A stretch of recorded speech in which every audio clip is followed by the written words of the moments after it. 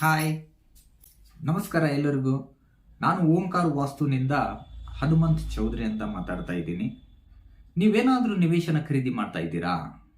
ಹಾಗಿದ್ರೆ ನಿವೇಶನ ಖರೀದಿ ಮಾಡೋಕ್ಕಿಂತ ಮುಂಚೆ ಗಮನ ಹರಿಸಬೇಕಾದಂಥ ಪ್ರಮುಖ ವಿಷಯಗಳನ್ನು ನಾನು ಇವತ್ತು ತಿಳಿಸ್ಕೊಡ್ತಾ ಇದ್ದೀನಿ.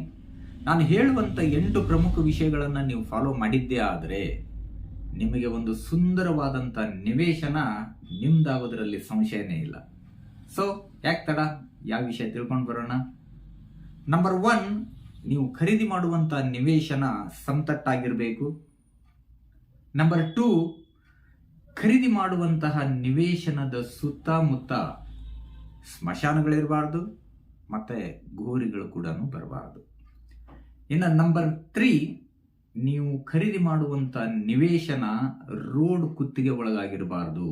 ರೋಡ್ ಹಿಟ್ ಅಂತ ನಾವೇನು ಕರಿತೀವಲ್ವಾ, ಎಲ್ ಜಂಕ್ಷನ್ ಆಗ್ಬೋದು, ಟಿ ಜಂಕ್ಷನ್ ಆಗ್ಬೋದು, ಆ ರೀತಿ ರೋಡ್ ಹಿಟ್ಗೆ ಒಳಗಾಗಿರಬಾರ್ದು. ಇನ್ನು ನಂಬರ್ 4, ನೀವು ಖರೀದಿ ಮಾಡುವಂಥ ನಿವೇಶನದ ಮೇಲ್ಗಡೆ ಸ್ವಲ್ಪ ಕತ್ತೆತ್ತು ನೋಡಿ, ಹೈ ಟೆನ್ಷನ್ ವೈರ್ ಏನಾದರೂ ಹೋಗಿದ್ರೆ ಅದು ಸರಿಯಲ್ಲ.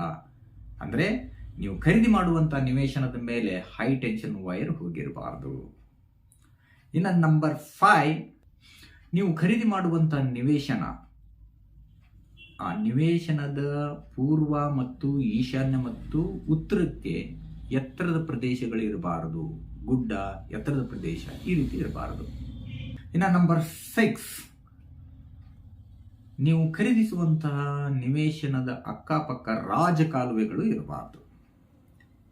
ಇನ್ನು ನಂಬರ್ 7, ನೀವು ಖರೀದಿ ಮಾಡುವಂಥ ನಿವೇಶನದ 100 ಅಡಿ ಒಳಗಡೆ ದೇವಸ್ಥಾನ, ಚರ್ಚ್ ಮತ್ತೆ ಮಸೀದಿ ಇರಬಾರದು.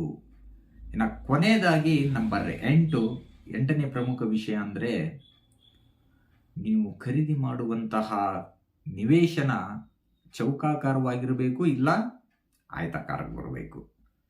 ಇಲ್ಲ ಈಶಾನ್ಯ ಭಾಗ ಸ್ವಲ್ಪ ಬೆಳೆದಿದೆ ಅಂದರೆ ಆಡ್ ಇದ್ದಂಥ ಸೈಟು ಕೂಡ ನೀವು ಪರ್ಚೇಸ್ ಮಾಡಬಹುದು. ಓನ್ಲಿ ಈಶಾನ್ಯ ಬೆಳೆದಂತಹ ಸೈಟನ್ನು ಮಾತ್ರ, ನಿವೇಶನ ಮಾತ್ರ ನೀವು ಖರೀದಿ ಮಾಡಬಹುದು.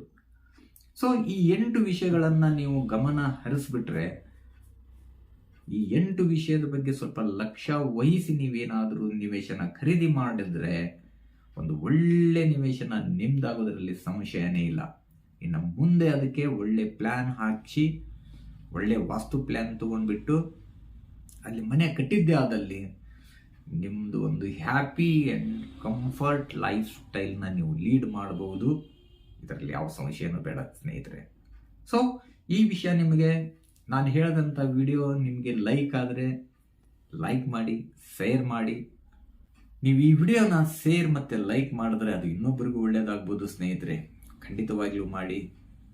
ಮತ್ತೆ ಮುಂದಿನ ಸಂಚಿಕೆಯಲ್ಲಿ ಭೇಟಿಯಾಗೋಣ. ನಮಸ್ಕಾರ.